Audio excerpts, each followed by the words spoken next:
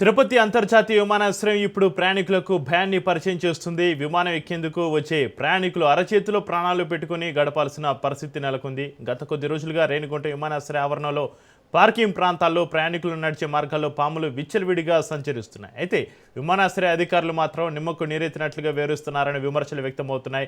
రాత్రి సమయంలో vehicles park చేసినప్పుడు పాములు టైర్ల కింద ఇంజన్ల దగ్గరకు చేరుతున్నాయి. ప్రయాణికుల లగేజ్ ఎక్కించేటప్పుడు భయంతో వణికిపోతున్నారు. అంతర్జాతీయ స్థాయి విమానాశ్రయం అని చెప్పుకుంటున్నాం, కానీ కనీసం పరిసరాలను శుభ్రంగా ఉంచడంలో అధికారులు విఫలమయ్యారనే విమర్శలు వినిపిస్తున్నాయి.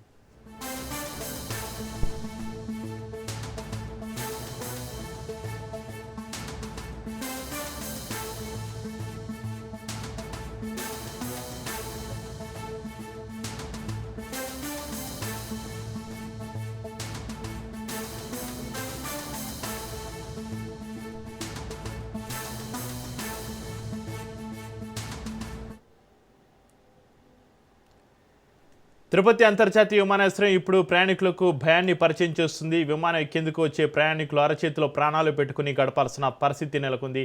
గత కొద్ది రోజులుగా రేణిగుంట విమానాశ్రయ ఆవరణలో పార్కింగ్ ప్రాంతంలో ప్రయాణికులు నడిచే మార్గాల్లో పాములు విచ్చలవిడిగా సంచరిస్తున్నాయి. అయితే విమానాశ్రయ అధికారులు మాత్రం నిమ్మకు నీరెత్తినట్లుగా వివరిస్తున్నారనే విమర్శలు వ్యక్తమవుతున్నాయి. రాత్రి సమయాల్లో వెహికల్స్ పార్క్ చేసినప్పుడు పాములు టైర్ల కింద ఇంజన్ల దగ్గరకు చేరుతున్నాయి. ప్రయాణికుల లగేజ్ ఎక్కించేటప్పుడు భయంతో వణికిపోతున్నారు. అంతర్జాతీయ స్థాయి విమానాశ్రయం అని చెప్పుకుంటున్నాం, కానీ కనీసం పరిసరాలను శుభ్రంగా ఉంచడంలో అధికారులు విఫలమయ్యారనే విమర్శలు వినిపిస్తున్నాయి.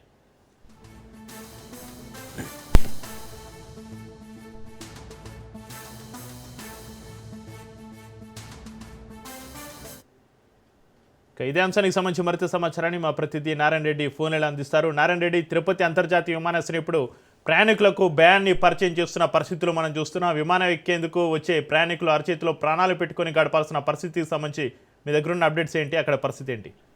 నారాయణ రెడ్డి. తిరుపతి జిల్లాలోని రేణిగుంట సమీపంలో ఉన్న అంతర్జాతీయ విమానాశ్రయంలో పాములు కలకలం రేపుతున్నాయి. అంటే ప్రయాణికులకు వారి ప్రాణాలకు భయాన్ని పుట్టిస్తున్నాయి. వాళ్ళ ప్రాణాలు అంటే ప్రయాణికుల ప్రాణాలకు గ్యారంటీ లేదనే వాదన కూడా వినిపిస్తోంది.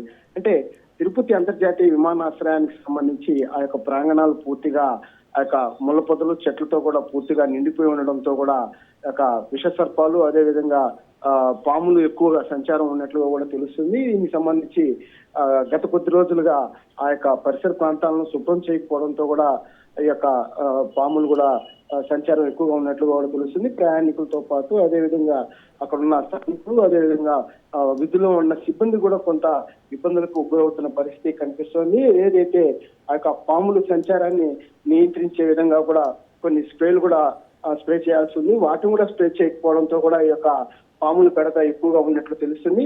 అంటే విమానాశ్రయానికి సంబంధించి మెయింటెనెన్స్ కూడా సరిగా లేకపోవడం వల్ల కూడా ఇలాంటి జరుగుతున్నట్లు కూడా తెలుస్తుంది. పూర్తిగా అంటే విమానాశ్రయానికి సంబంధించి పెద్ద స్థాయిలోనే నిధులు కూడా విడుదలవుతున్నప్పటికీ ఆ యొక్క నిధులను పూర్తి స్థాయిలో ఖర్చు పెట్టలేని పరిస్థితి తెలుస్తున్నట్టుగా తెలుస్తుంది. అదేవిధంగా ఏదైతే ఆ ప్రయాణికులకు అదేవిధంగా పనిచేస్తున్న కార్మికులకు ప్రాణాలకు భద్రత లేదనేది కూడా తెలుస్తుంది. పూర్తిగా విష సర్పాల సంచారం ఎక్కువగా ఉన్నట్లు కూడా తెలుస్తుంది.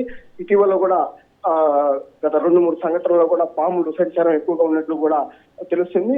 ఈ క్రమంలోనే నిన్న కూడా ఒక నవపాము కూడా విమానాశ్రయ ప్రాంగణంలో కూడా సంచరిస్తున్నట్లు కూడా మన విజువల్స్ లో కూడా చూడటం కూడా జరిగింది. చెప్పి right. Thank you Narayana Reddy.